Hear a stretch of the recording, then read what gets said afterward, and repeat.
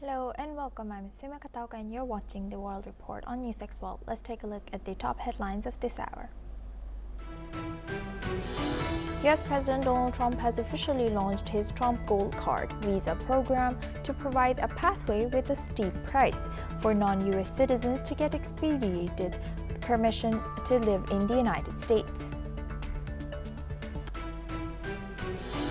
Fighting between Thailand and Cambodia enters its fourth day as both sides wait for a promised telephone call from US President Donald Trump, who says that he believes he can again end the conflict. US House of Representatives passes a staggering $900 billion defense policy bill in a move that reshapes the world's most powerful military machine while tightening the leash on its leadership.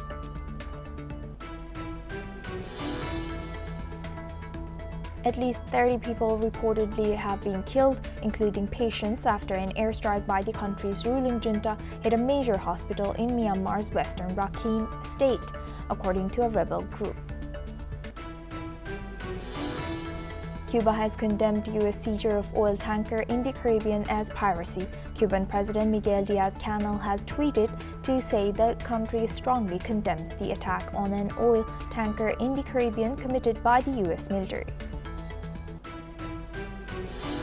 The US and Japan have conducted joint air exercises, saying the drills showed their resolve to deter any forceful change to the status quo after recent Chinese and Russian patrols. Both militaries say the training confirms their readiness and strong defense coordination. Amnesty International says Hamas and other Palestinian groups committed crimes against humanity during and after the October 7, 2023 attack in southern Israel. The report says the group also continued violation through its treatment of hostages and withholding the bodies. Nobel Peace Laureate and Venezuelan opposition figure Maria Corina Machado appears in public for the first time in 11 months. Greeting supporters from a hotel balcony in Oslo, she has received the prize in absentia after arriving too late for the ceremony, having been in hiding since protesting Maduro's inauguration. Now for this hour, we start with Asia. Cambodia is warning that its border clashes with Thailand could get worse. The country's defense ministry says that the Thai army must be held accountable for what it calls illegal actions, or the situation will escalate.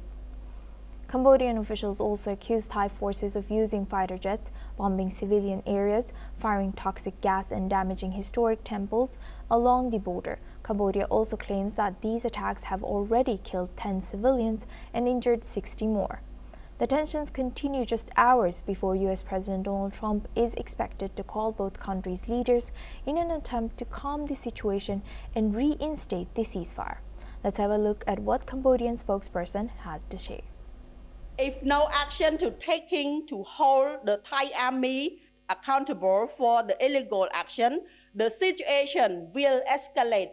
Today, the Thai army invade Cambodia. Tomorrow, the Thai army may do the same to other countries that are weaker or smaller.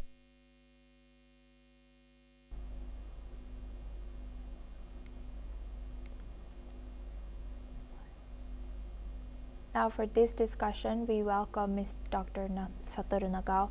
He's a fellow at Hudson Institute, joins us live from Tokyo. Thank you very much, Doctor, for joining us again. Good to see you. Doctor, now, what are we to make this warning given by Cambodia about, if Thailand does not stop, things might escalate? How is the situation now?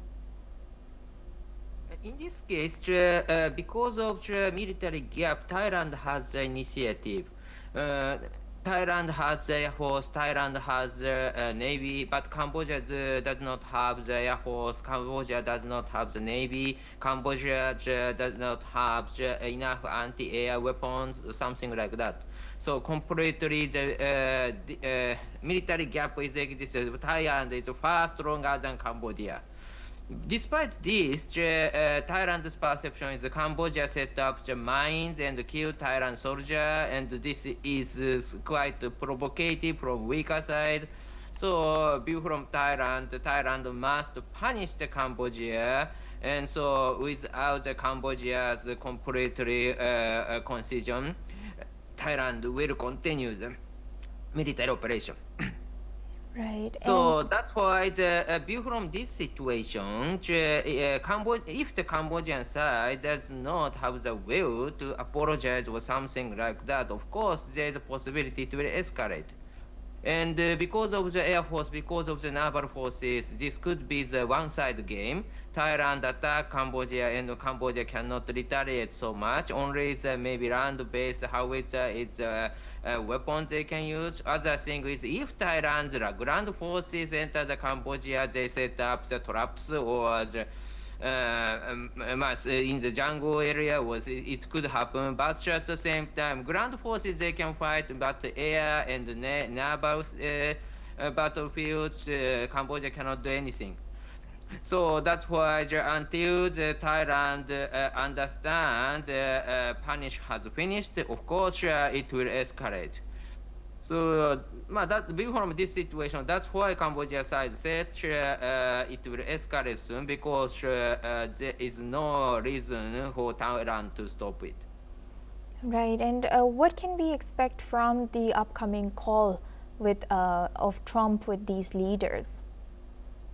Yes, of course, view from this situation, view from the Trump administration, this is a little bit shameful situation for the Trump administration because they arrange the ceasefire, but easy to block. So that's why President Trump need to say if the two countries will not respect mediation from the Trump administration, it is shameful, and imposing tariff as a sanction or other things, it could happen. So that pressure is indeed a very big pressure because currently ASEAN wish to stop this battle between the Thailand and Cambodia because ASEAN members fight each other, meaning that ASEAN is not integrated. And this is quite a bad image for ASEAN. So value of ASEAN rely on the integrity of these countries. So that's why ASEAN needs someone's help to stop this negotiation. Then in this case, President Trump will give this power to end the battle. This is welcome. So there's a high possibility that both U.S. and ASEAN collaborate to make pressure to the Thailand and Cambodia, especially the Thailand case, the Thailand should stop it. Cambodia's case, Cambodia should not provoke Thailand. But something like that, they will make pressure. But in this case, cardo is needed. Cardo is only you can expect is a tariff from the United States. ASEAN cannot do anything. So that's why in this case, this is very critical power to make the two sides to sit in the negotiation table.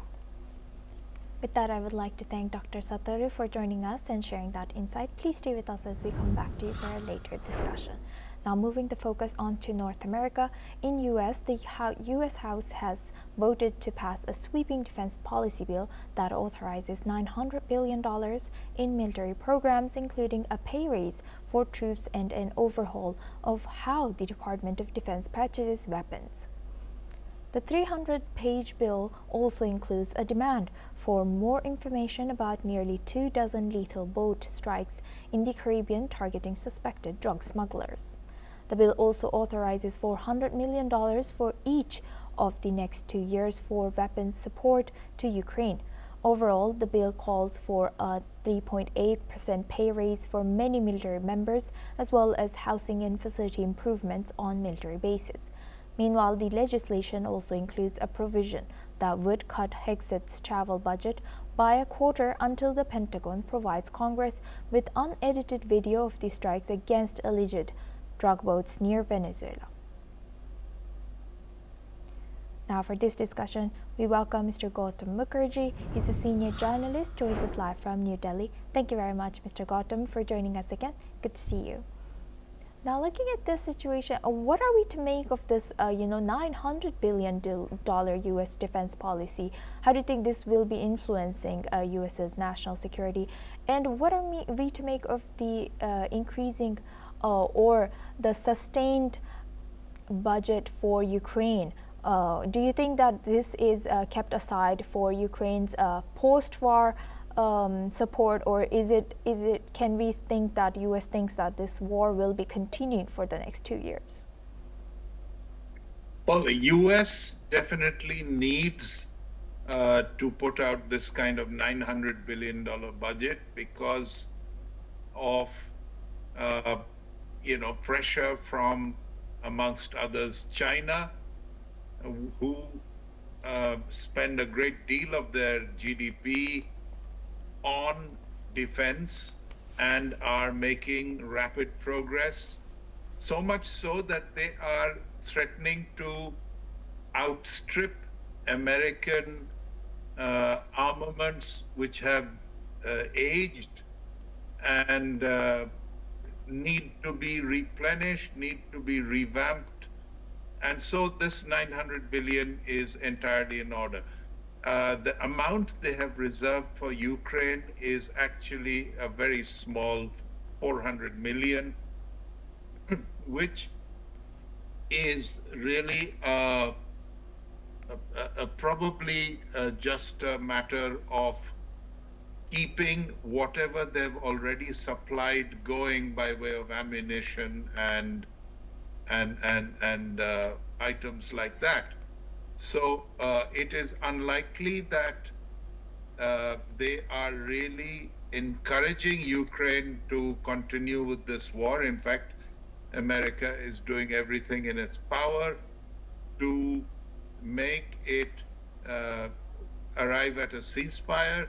The trouble is that Zelensky, Ukraine, and the Europeans are not willing to cede territory, even though America is very in sync with Russia, that insists on the Donbas region and a little more, about a third of Ukraine landmass to go to them, including some ports. Now, this is the sticking point, but sooner or later, it is quite likely that the American point of view will prevail. But all in all, America needs to spend on its defense if it's going to stay ahead of China. Yes, indeed. Thank you for emphasizing on that. And also bringing, this particular individual Hexet to our conversation. What more can you tell us about this fact that, the legislation has also included a provision that would cut Hexet's travel budget by a quarter until the Pentagon provides Congress with unedited video of these strikes? This is more or less a legislative issue. There are demands that the American Navy in particular is doing quite a lot to stop drug running from Venezuela. Now, the Congress and the Senate would like to have clear-cut evidence of exactly how much progress they're making, how many ships they're sinking, and so forth, in order to sanction the amount. So this is more legislative, bureaucratic in nature.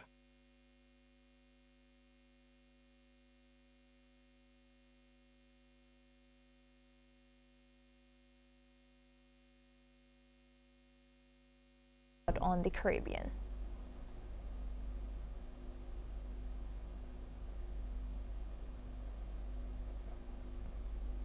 Could you hear me, Mr. Gautam? Let me repeat. No, that. I couldn't. Okay, Could you repeat that? Yes. So what do you think about, how should Congress place or be strict over oversight on lethal military operations such as the ones being carried out by U.S. in Caribbean before approving any future defense spending? Well, it's a necessity in Congress for them to have information as much as possible before they sanction loans or before they sanction expenditure. And I think that's all they're trying to do. They have no policy against the work that is being done by the United States in the Caribbean. And so this is just if you like, a budget requirement. You need to know what you're spending on.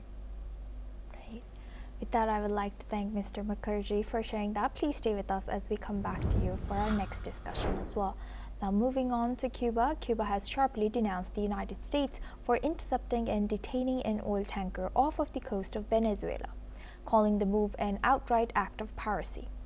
Cuban President Miguel Diaz-Canel has said that on X that the U.S. military's action represent a violation of international law and an escalation of aggression against what he called a brotherly country. The detained tanker was reportedly on a U.S. sanctions list, marking a significant escalation in tensions between Washington and Caracas. Analysts note that the seizure could further complicate Venezuela's oil exports as other shippers may become wary of transporting the country's crude. U.S. President Donald Trump later has confirmed the detention. Venezuela's foreign ministry has condemned the seizure as international piracy, echoing Havana's stance and warning of broader repercussions for regional stability. Now for this discussion, we welcome back Mr. Gautam Mukherjee. He's a senior journalist, joins us live from New Delhi. Thank you very much, Mr. Mukherjee, for staying with us. Now looking at this, how does this U.S. interception of the sanctions oil tanker, how do you think this is shaping the relationship in particularly to these countries involved and with U.S.? Well, I'm sure they don't like it.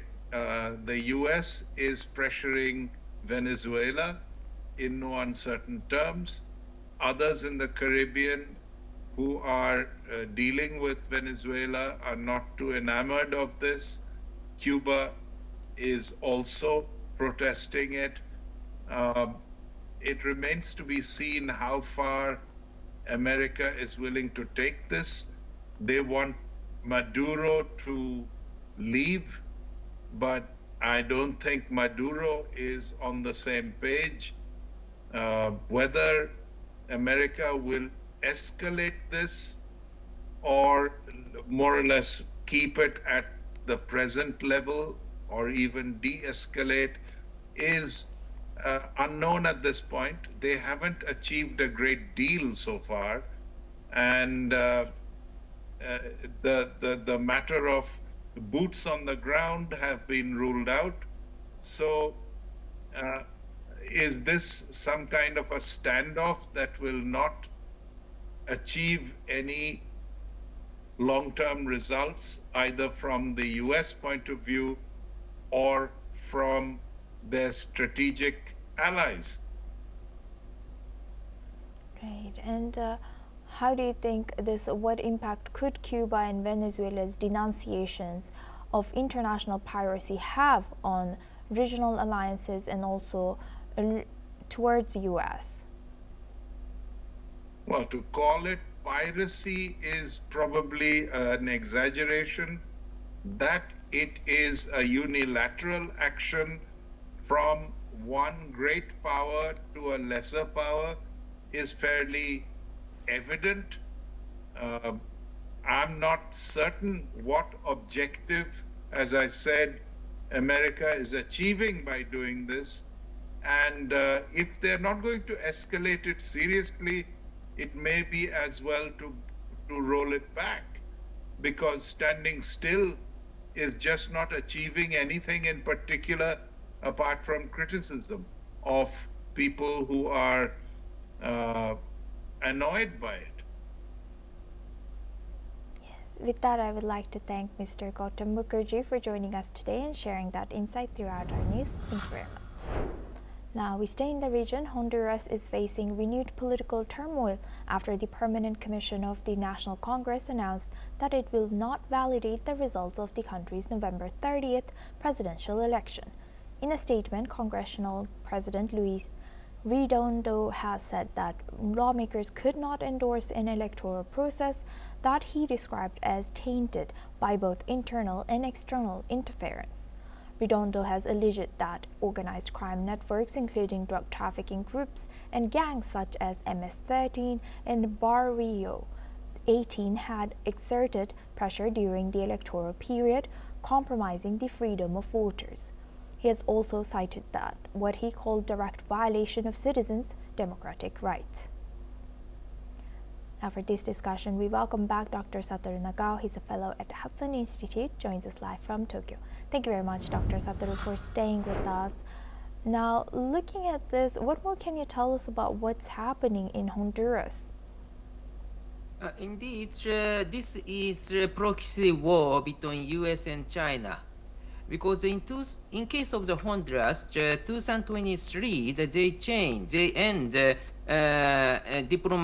formal diplomatic relation with Taiwan and establish a new formal diplomatic relation with China. So that's why from Taiwan to China, they changed the stance.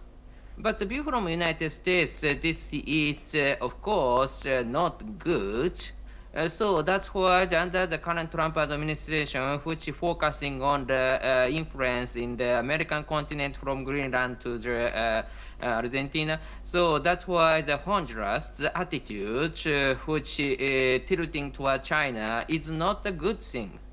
So that's why he tried to push strong influence towards this election and make the opposition party to win. But view from this, this is fair or not is controversial in Honduras, and the current government side do not want to accept the influence of the President Trump in the election, and that's why they do not want to reject the result of this election for the opposition party win. So, but real opinion of the people in Honduras is a matter of concern in this case, because influence or not, if the people in the Honduras want the opposition party's victory in this election, of course it is a public opinion, and in this case there is a possibility the current government pro-China policy could be changed under the new government. So, and recently, the Honduras economy, which exports shrimps to China, face a little difficulty because of the China's economy is not good. So that's why this is the chance for the Taiwan to take back the influence, or the U.S. push this taking back. That could happen. So that is maybe background reality in the election in the Honduras, I think. So that's why the who will win in the election is a result of the which side win in the U.S.-China competition. That's very interesting. I'll come back to that. But now, how should Honduras address these allegations of organized crime and interference in their current elections or future elections? Of course, democratic country, which is democratic, people can decide their fate themselves. Is that democratic? The good result or bad result is not a matter. They decide themselves. That is important as a democratic country. So that's why the politics in the Honduras should be decided by people in Honduras. That is, they must do it. But at the same time, in this case, of course, the influence of the United States is very big, and currently President Trump shows strong influence in the American continent. View from this situation, indeed, the current government is maybe it will establish after the election, which is current government. I am saying that government should adjust a new situation, which is strong influence of the President Trump. I think at least the next some years. So view from this, indeed, choice is a little bit limited. Of course, people in the Honduras must decide themselves, but at the same time, under the current situation, rejecting the influence of the President Trump and fight against the United States is something wasting the effort, I believe, because in the next some years, view from the diplomatic situation, and that is the situation, I think. Yes, and going back to your first answer, Dr. Satoru, you did mention China's influence and Taiwan's influence, also US's influence. It seems like a lot of countries in South America are leaning either to China or US, and now US is realizing China's influence towards in its neighboring countries in Central America. Do you think is it too late for U.S. to try to counter this China's influence in these countries, especially Honduras now? Interest of the Latin America countries is rely on the economic in this case. So because of they can get more benefit economically, that's why they established a formal diplomatic relation with China. So, but currently, China's economy is not good. Maybe result of the U.S.-China competition, and there are many foreign investors hesitate to invest to China because of the risk related to the U.S.-China competition, I think. So that's why now is indeed a chance for the United States to take some influence back in Latin America. That is true. Because the economic interest of the Latin America, maybe there is no hope. Trade with China will create a benefit, that is true, but limited benefit just now. So that's why this is a chance for the U.S. to take them back, and that is really happening. Then one of the example is Honduras, another example is other country. I think that could happen. But anyway, it will rely on the decision of the local people, because most of the country should be the democratic country in Latin America. And without support of the local people, any policy will not materialize. So that's why, anyways, U.S. or China, they need to get the support from local people. This is indeed a decisive factor. In this case, how to persuade the local people is matter in the democratic country. And just to show the influence or just force them to join, that is proper or not. This, of course, not proper, I think. So, yes. So that such kind of process is needed. Of course, President Trump's style is, of course, something like that. Any country faces something like that. So that's why the people start familiar with this style, and the shock is very limited now. But at the same time, anyway, the good result came from the good decision of the local people. Is that is true. So that's why the anyway the. Getting people's mind of the local people, that is needed. That is my answer about this. Thank you. Thank you very much for highlighting that. With that, I would like to thank Dr. Satoru Nagao for joining us today and sharing that insight throughout our news. Thank you very much. Now moving the focus on to Taiwan, Taiwan's high-profile Deputy Foreign Minister Francois Vu has made a previously visit to Israel recently. As per several reports, this comes at the time when Taiwan is looking to the country for defense cooperation. Taiwan has few formal diplomatic ties due to pressure from Beijing, which views the island as one of its provinces and not a country. Taiwan views Israel as an important democratic partner and offered strong support to the country after the October 2023 Hamas attack on southern Israel and subsequent war in Gaza. And since then, there has been an increased level of engagement. Taiwan's foreign ministry has declined to comment on whether Vu had visited Israel. Taiwan has seen strong parallels between the military threat it faces from its giant neighbor, China, and Israel, which has clashed with neighbors including Iran.